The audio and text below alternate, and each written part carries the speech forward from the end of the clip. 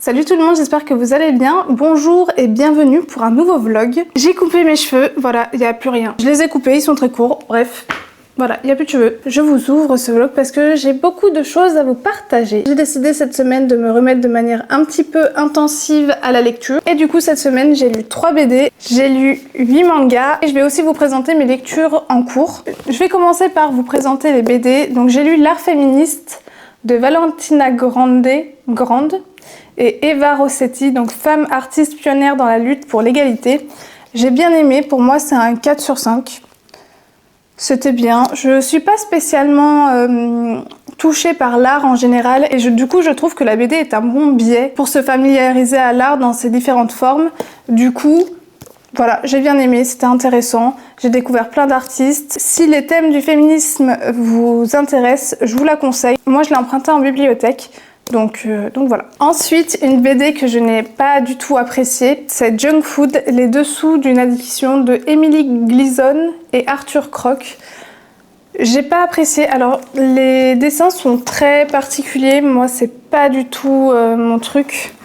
Et donc, c'est sur les troubles alimentaires et on part du postulat qu'il existe des addictions à la nourriture et notamment à la nourriture grasse et sucrée et particulièrement sur le sucre. On va vraiment s'attarder sur le sucre. Et clairement, il n'y a pas tout à jeter, mais il y a des choses qui, je trouve, sont un peu dangereuses. Donc, on va retrouver ce personnage qui va assister à des réunions d'addicts à la nourriture anonyme, un petit peu comme les alcooliques anonymes, tout ça.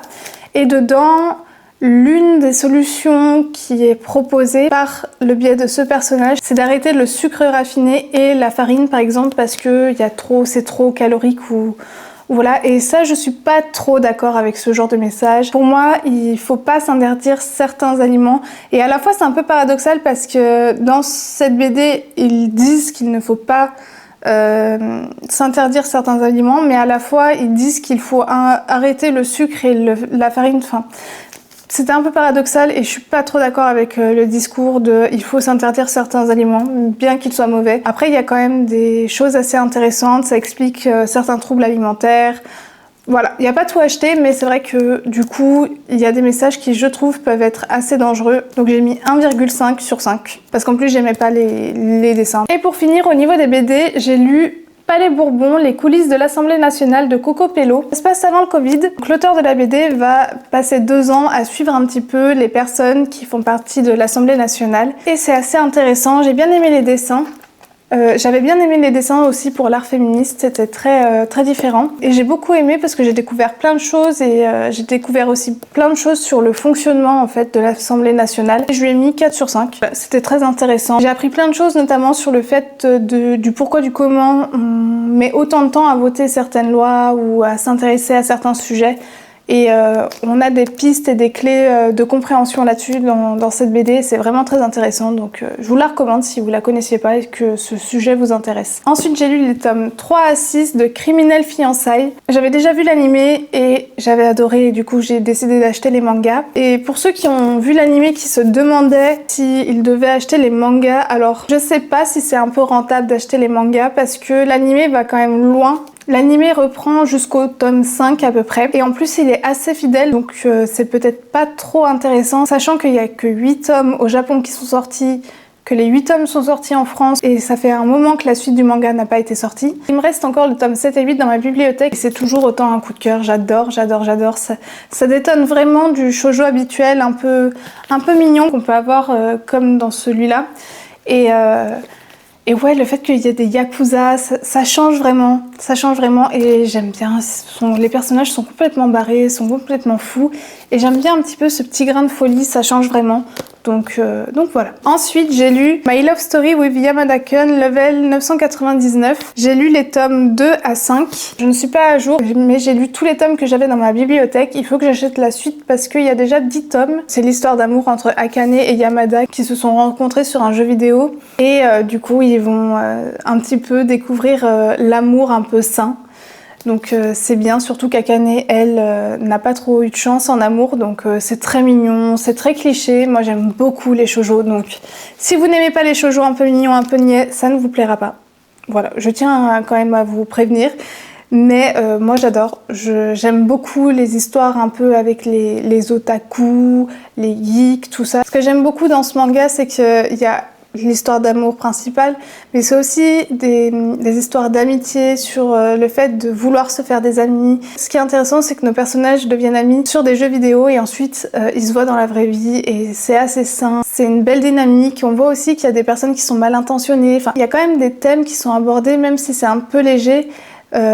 C'est des thèmes assez intéressants et du coup j'aime beaucoup. Ensuite je suis toujours dans ma lecture de Glacé, donc j'avance petit à petit. En fait je le lis dans les transports, alors je le lis surtout pas le soir parce que sinon je flippe un peu. C'est un peu long, c'est un peu gore. Je pense qu'il va clairement me faire tout le mois d'avril, ça fait déjà 3 semaines que je suis dessus et j'en suis à la page 306 quand même, donc j'ai bien avancé. Il fait 700 pages il me semble. Ouais, il fait à peu près 728 pages. Donc voilà, j'avance petit à petit. De toute façon, les thrillers, je mets toujours 3 plombs à les lire. Pour l'instant, j'aime bien, c'est assez glauque. On avance un petit peu, il y a d'autres meurtres qui se sont passés après celui du cheval, qui était quand même très macabre. Et l'autre meurtre est assez horrible. Faut quand même être un petit peu accroché pour lire ce livre. Moi, j'avoue que si je commence à angoisser, je le mettrai en pause.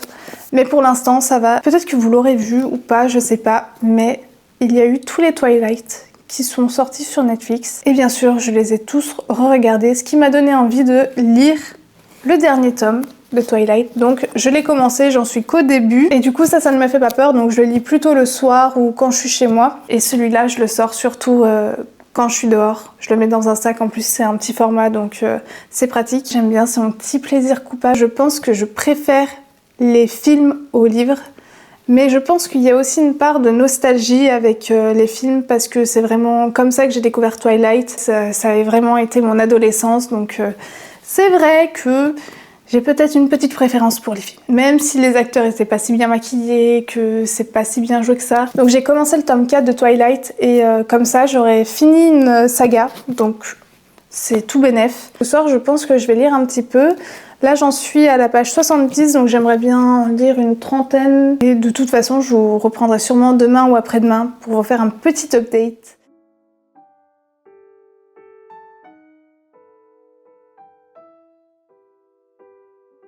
Je vous reprends, on est quelques jours plus tard, on est en fin de journée, donc je suis désolée pour cette luminosité.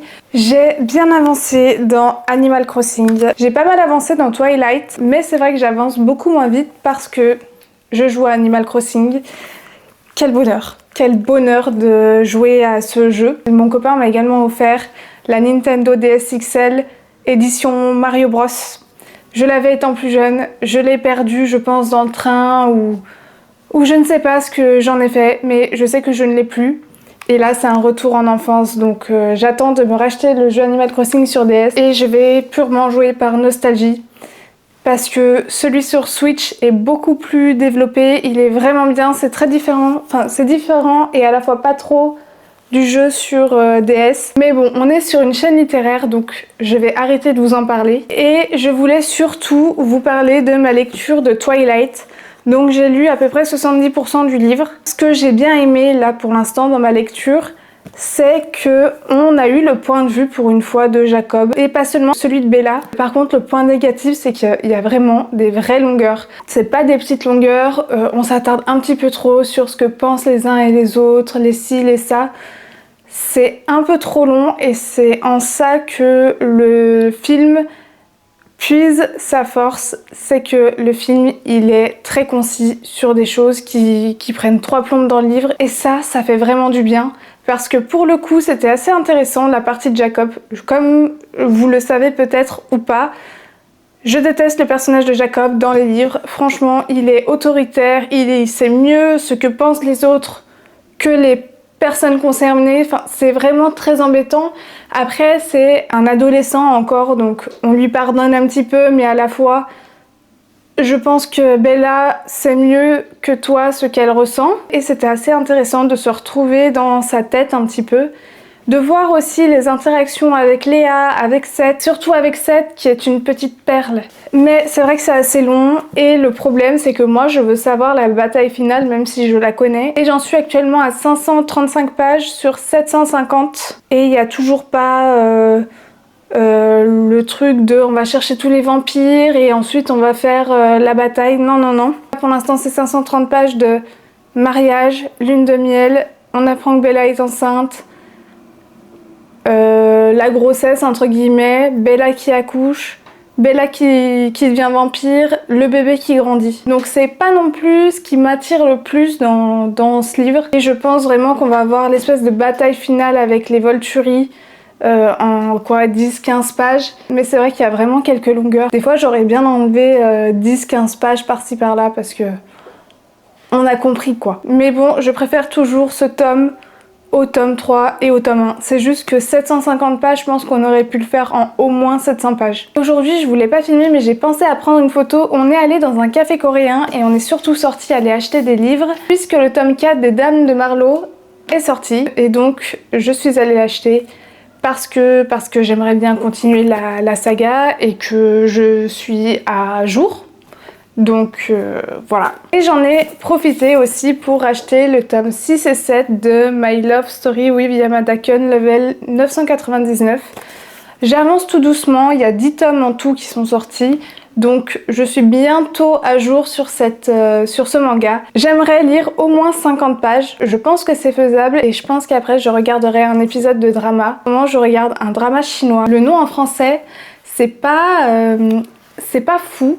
Je pense qu'il est beaucoup mieux en chinois, mais c'est Tuer mon héros. Il y a une romance entre un militaire, ou en tout cas le SWAT en Chine continentale, et une médecin. Donc voilà, c'est assez mignon. J'aime beaucoup les dramas chinois, j'aime bien les dramas asiatiques en général, surtout coréens et chinois. Et n'hésitez pas à me faire des recommandations en commentaire de dramas chinois et coréens, parce que je suis toujours un petit peu en quête de ce genre de série. Je pense qu'après que j'ai fini mes autres dramas, je commencerai peut-être The Glory. Je vous reprends, on est dimanche 26 avril, on est le lendemain. Et hier, j'ai fait que lire Révélation. Donc j'ai bien avancé. Il me reste 100 pages à peu près. Donc j'ai lu à peu près 100 pages. Donc c'est pas mal. Comme je l'avais prévu, on va pas avoir beaucoup de pages sur la bataille finale, sur l'entraînement, tout ça. C'est un peu dommage, mais j'aime bien quand même parce que je le dévore quand même, il fait 750 pages. Et aujourd'hui, je pense pas trop lire parce qu'aujourd'hui, on va aller à la Japan Touch à Lyon. Et du coup, on va surtout profiter, passer la journée. Et je pense que quand on va rentrer, on va être crevé. Donc je sais pas si j'aurai le temps de le terminer aujourd'hui. On n'a pas trop regardé la programmation, on sait pas trop ce qu'il y a comme stand. Je vous reprends, on est déjà quelques jours plus tard. La Japan Touch s'est hyper bien passée. J'ai filmé des petits bouts. Je vais essayer de vous les insérer un petit peu.